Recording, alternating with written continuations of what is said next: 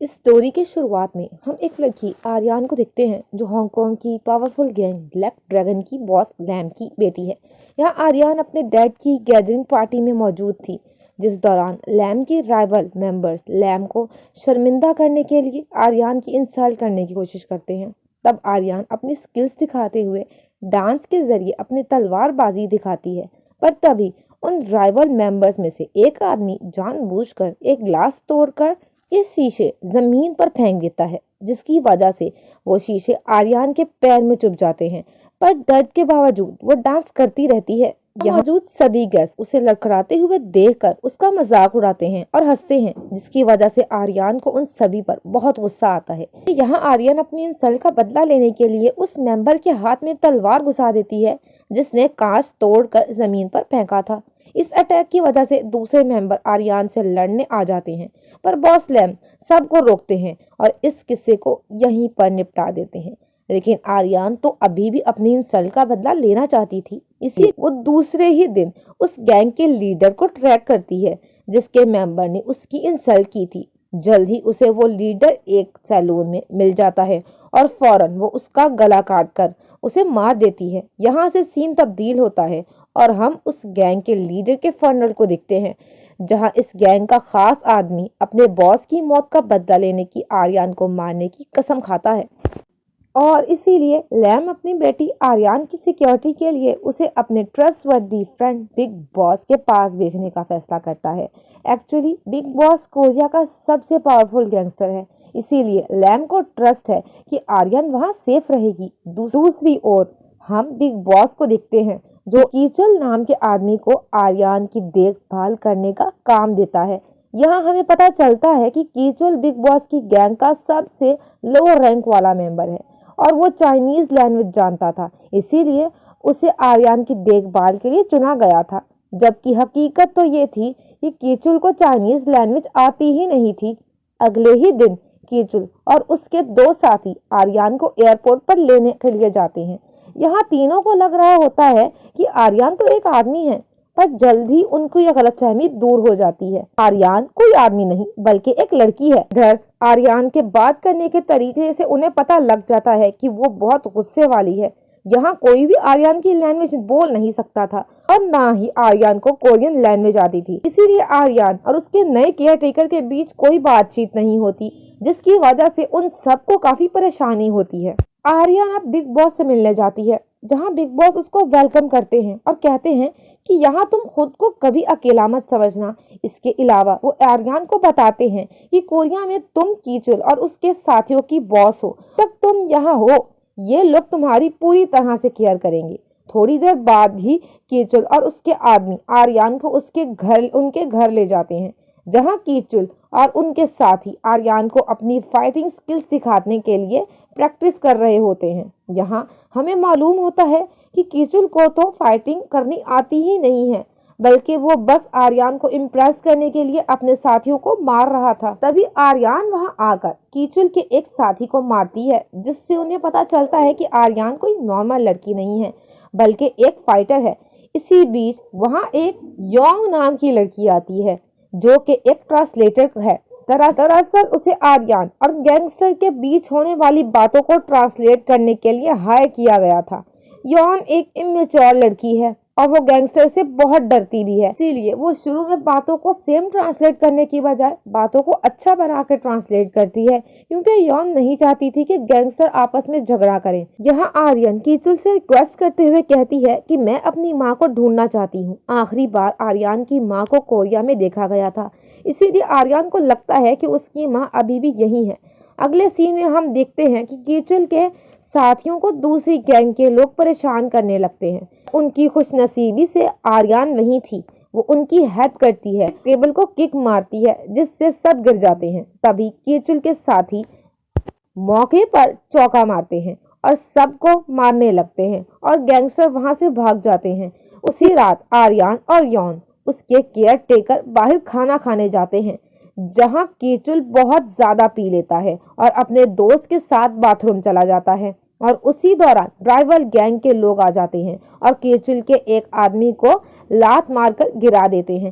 फिर आर्यन और यॉन को परेशान करने लगते हैं। आर्यन को तो गुस्सा आ जाता है। वो चॉपस्टिक से उन पर वार करती है और उनकी अच्छे से धुलाई करके उन सब को एकदम सेट कर देती है। इसके बाद कीचल का एक आदमी कीचल के पास जाता है और कीचल को आर्यन की जबरदस्त फाइट के बारे में बताता है, पर कीचल को तो यकीन नहीं होता। उसका मानना था कि एक अकेली लड़की इतनी खतरनाक गैंग से कैसे मुकाबला कर सकती है। इसके बाद आर्यन से पिटाई के बाद वो गैंग अपने बॉस के पास जाती है और बात बता देते हैं। बॉस कीचल की गैंग को अपना मेन टारगेट बनाने को कहता है। अगले दिन कीचल के बारे में सारी रिसर्च करने के बाद राइवल गैंग उसे और आर्यन को अपने हेडक्वार्टर में बुलाते हैं। वो दोनों वहां जाने का फैसला भी करते हैं। जब वो वहां जाते हैं तो कीचल अपने दोनों साथियों को जख्मी देखकर शॉक हो जाता है। असल में उन दोनों की राइवल गैंग ने जम के धुलाई की थी। ये देखकर कीचल को बहुत गुस्सा आता है और वो लड़ने के लिए आगे बढ़ता है, मगर कीचल को तो फाइटिंग ही नहीं आती थी, इसीलिए वो कुछ नहीं कर पाता। जबकि लीडर उसके मुंह पर मुक्का मार देता है और उसे गिरा देता है। तब आर्यन बीच में आती है और एक मूंगफली उस लीडर की आंख में मारती है, जिससे उसका बैलेंस बिगड़ जाता है और इसी चीज का फायदा उठाकर कीचल उस लीडर के मुंह पर एक जोरदार मुक्का मार देता है, जिससे लीडर जमीन पर गिर जाता है। अब उस लीडर के आदमी लोग कीचल की पिटाई स्टार्ट कर देते हैं। फिर हालात को बिगड़ता हुआ देखकर आर्यन मैदान में आती है और अपनी जबरदस्त फाइटिंग स्किल से उन सभी को ढेर कर देती है। आर्यन की जबरदस्त फाइटिंग को देखकर कीचल के तो होश उड़ जाते हैं। इसके बाद वो सब घर आ जाते हैं। कीचल के साथी आर्यन से काफी इम्प्रेस थे और वो आर्यन से डर भी गए थे। फिर उसी रात कीचल और आर्यन गार्डन में बैठकर ड्रिंक करते हैं। वो भले ही एक दूसरे की लैंग्वेज नहीं समझते थे, पर वो दोनों एक दूसरे की तरफ अट्रैक्ट हो रहे थे। अगली सुबह सब साथ में बैठकर नाश्ता कर रहे होते हैं। अब आर्यन भी उन सब से रूडली बात नहीं करती थी, पर यौन कीचल की बातों को गलत ट्रांसलेट करके उनमें डर पैदा करने की कोशिश करती है। असल में यौन को ऐसा करने में मजा आ रहा था। इसके बाद कीचल और उसके साथी हेडक्वार्टर में जाते हैं, जहां वो देखते हैं कि राइवल गैंग का आदमी अपनी हार मानने वहां आया हुआ है। ये देखकर बिग बॉस कीचल से इतना इम्प्रेस होते हैं कि वो उसे लो रैंक से उठाकर सीधा अपना राइट हैंड बना लेते हैं। फिर हम हांगकांग के राइवल गैंग के मेंबर्स को देखते हैं, जो अभी भी आर्यन से बदला लेना चाहते थे। इसीलिए वो आर्यन को मारने के लिए कुछ प्रोफेशनल किलर कोरिया भेज देते हैं। और इधर कोरिया में आर्यन और उसका ग्रुप एक टाउन में अच्छा वक्त गुजार रहे थे, जिस दौरान उन्हें मालूम होता है कि उन्हें मारने के लिए कोई उनका पीछा कर रहा है। यहाँ सबको लगता है कि किलर्स कीचल को मारने आए हैं, लेकिन थोड़ी ही देर में उन्हें मालूम होता है कि वो कीचल को नहीं बल्कि आर्यन को मारने आए हैं। और फिर वो किलर्स उन पर हमला कर देते हैं और फायरिंग के दौरान आर्यन को एक गोली लग जाती है, पर कीचल उसे बचाकर एक सेफ जगह ले जाता है। अपने बॉस को फोन करके इस सब के बारे में बता देता है, जिसके बाद वो सभी घर आ जाते हैं और उन किलर से बचने के तरीके सोचने लगते हैं। इसी बीच उन्हें पता लगता है कि किलर्स उनके घर के पास आ गए हैं और इसीलिए वो दो ग्रुप्स में डिवाइड हो जाते हैं। एक ग्रुप में कीचल और आर्यन और दूसरे ग्रुप में यौन और कीचल के साथी होते हैं। इधर किलर्स कीचल और आर्यन का पीछा कर रहे होते हैं। उसी दौरान किलर्स की कार एक ट्रक से टकरा जाती है और आर्यन और कीचल बच जाते हैं। फिर कीचल आर्यन को अपने घर ले जाता है किलर से बचने के लिए। वहां उसके पेरेंट्स को लगता है कि आर्यन कीचल की गर्लफ्रेंड है, इसीलिए कीचल की माँ उसको एक खानदानी नेकलेस देती है कि वो आर्यन को ये नेकलेस पहना दे। फिर वो लोग वही रात गुजारते हैं, क्योंकि उनको वहाँ कोई खतरा नहीं था। वहां दूसरी तरफ हम हांगकांग में देखते हैं, जहां आर्यन के फादर अपने हाई लेवल के मेंबर से मीटिंग कर रहे होते हैं और इसी दौरान वो जगह अचानक से ब्लास्ट हो जाती है, जिससे बॉस लैम आर्यन के फादर वो जख्मी हो जाते हैं। इधर आर्यन और कीचल अपने साथियों से दोबारा मिलते हैं, जिस दौरान आर्यन अपने फादर लैम को कॉल करने के लिए बाहर आती है। तभी अचानक से किलर्स वहां आ जाते हैं, जिन्हें देखकर आर्यन उन पर चाकू से अटैक करती है, जिसमें 2 किलर्स मारे जाते हैं।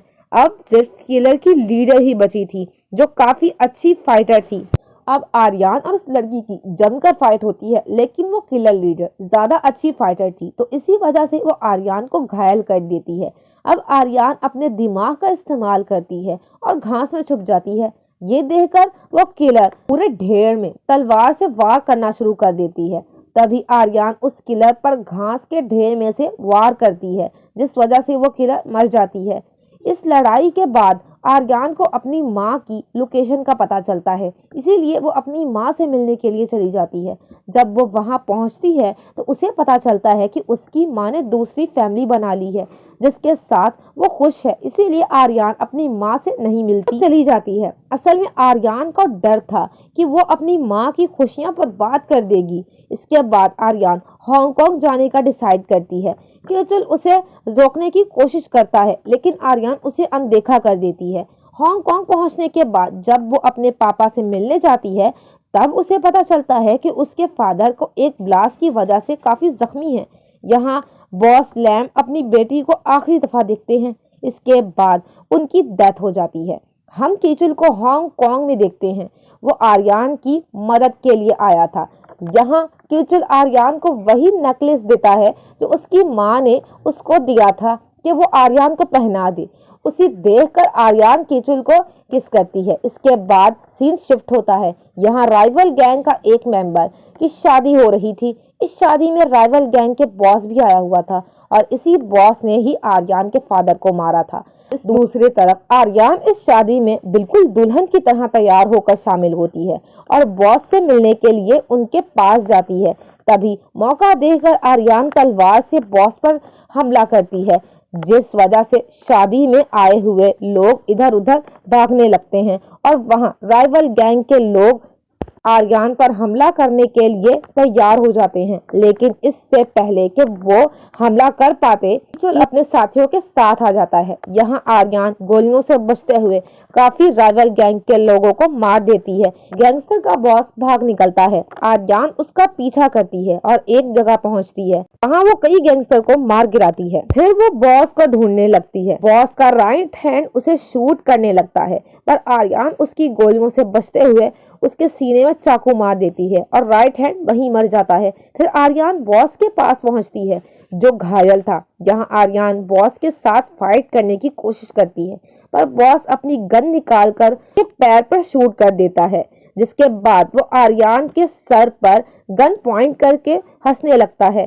तभी केचुल वहां आ जाता है और बॉस की अटेंशन अपनी तरफ करने की कोशिश करता है, जिससे गुस्सा होकर बॉस केचुल को ही शूट कर देता है और इस वजह से केचुल बिल्डिंग से नीचे गिर जाता है। और इसी दौरान आर्यन बॉस के पास पहुंचकर उस पर अटैक करती है और चाकू से उसको मारकर नीचे बिल्डिंग से गिरा देती है। इसके बाद वो केचुल को देखती है, जो जिंदा था। वो बिल्डिंग से सीधा एक कचरे के ट्रक में गिरा था, जिसके बाद आर्यन को ब्लैक ड्रैगन की बॉस बना दिया गया था। केचुल कोरिया जाने के लिए एयरपोर्ट के लिए निकल गया था। आर्यन का राइट हैंड आर्यन से को मशवरा देता है कि वो केचुल को रोक ले, क्योंकि उसके फादर ने भी यही गलती की थी। ये सुनकर आर्यन अपने गैंगस्टर्स के साथ निकल जाती है और केचुल को रोक लेती है और उसको प्रपोज करती है और दोनों गले मिलते हैं। यहाँ ये मूवी खत्म हो जाती है। Thanks for watching.